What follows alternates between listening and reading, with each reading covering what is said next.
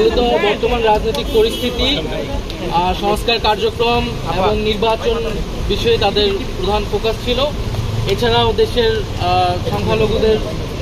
সংখ্যালঘুরা তাদের নিরাপত্তা সহ বাংলাদেশের সামনের রাজনীতি কোন দিকে যাবে এবং আমাদের রাজনৈতিক দলের গঠন প্রক্রিয়া, সাংগঠনিক কার্যক্রম, আদর্শ ইত্যাদি বিষয়ে তাদের আগ্রহ ছিল। আমরা আমাদের জায়গা থেকে ব্যাখ্যা করেছি আমাদের রাজনৈতিক দল কোন প্রেক্ষিতে কেন এবং কোন লক্ষ্য নিয়ে এগিয়ে যাচ্ছে।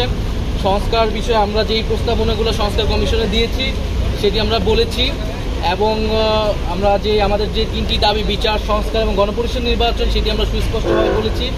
আমরা বলেছি যে আমরা এখানে কোনো ধরনের ন্যূনতম সংস্কার নয়, বরং মৌলিক সংস্কার, রাষ্ট্রের গুণগত পরিবর্তনের জন্য আমরা কাজ করছি এবং কোনো ধরনের পরিবর্তন ছাড়া নির্বাচনের দিকে গেলে সেই নির্বাচনটি গ্রহণযোগ্য হবে না। সেই নির্বাচনে জাতীয় নাগরিক পার্টি অংশগ্রহণ করবে কিনা সেটাও বিবেচনাধীন থাকবে। আমরা আমাদের যে 3টি এজেন্ডা নিয়েই সারা দেশে কাজ করছি এবং বর্তমান সময়ে যেই মাঠ প্রশাসন রয়েছে সেই মাঠ প্রশাসন আমাদের কাছে মনে হয়েছে যে নিরপেক্ষ আচরণ করছে না। বিভিন্ন জায়গায় জাতীয় নাগরিক পার্টির নেতাকর্মীদের উপরে হামলা চলছে এবং সেই জায়গায় প্রশাসন আমরা নিশ্চুপ ভূমিকা পালন করতে দেখছি। সেই জায়গাগুলো আমরা বলেছি এবং আমাদের নিরপেক্ষ না বলতে প্রশাসন কার পক্ষ নিচ্ছে বা কি বলেছেন? প্রশাসন আমরা দেখছি প্রধান রাজনৈতিক দল বিএনপির পক্ষ অবলম্বন করছে অনেক জায়গায় এবং মাঠ পর্যায়ে যে ধরনের চাঁদাবাজি চলছে সেই জায়গায় প্রশাসন আসলে নিশ্চুপ ভূমিকা পালন করছে।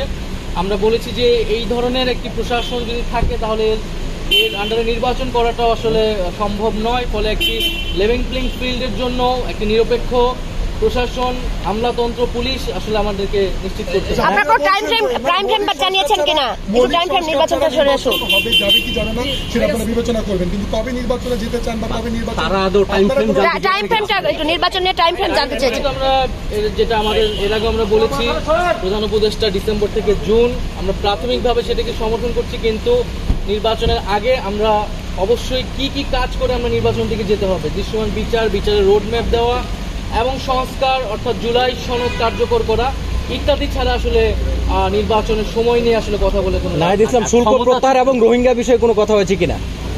রোহিঙ্গা বিষয়ে তারা আমরা তাদের সাপোর্ট চেয়েছি, তারা বলেছে তারা সেই জায়গাতে নির্বাচনে আসা না আসা নিয়ে তাদের সঙ্গে কোনো আলোচনা হয়েছে কিনা? না, এই বিষয়ে কোনো স্পষ্ট আলাপ হয় নাই। আমরা আমাদের যেটা দলীয় অবস্থা আমরা বলেছি বিচারের আগে আওয়ামী লীগের সাংগঠনিক রাজনৈতিক কার্যক্রম এবং ইলেকশনে অংশগ্রহণের কোনো সুযোগ। আপনারা কি শুল্ক প্রত্যাহার দল হিসাবে সেটা করেছেন কিনা? এর শুল্ক যেটা আমাদের উপর নিষেধাজ্ঞা আসছে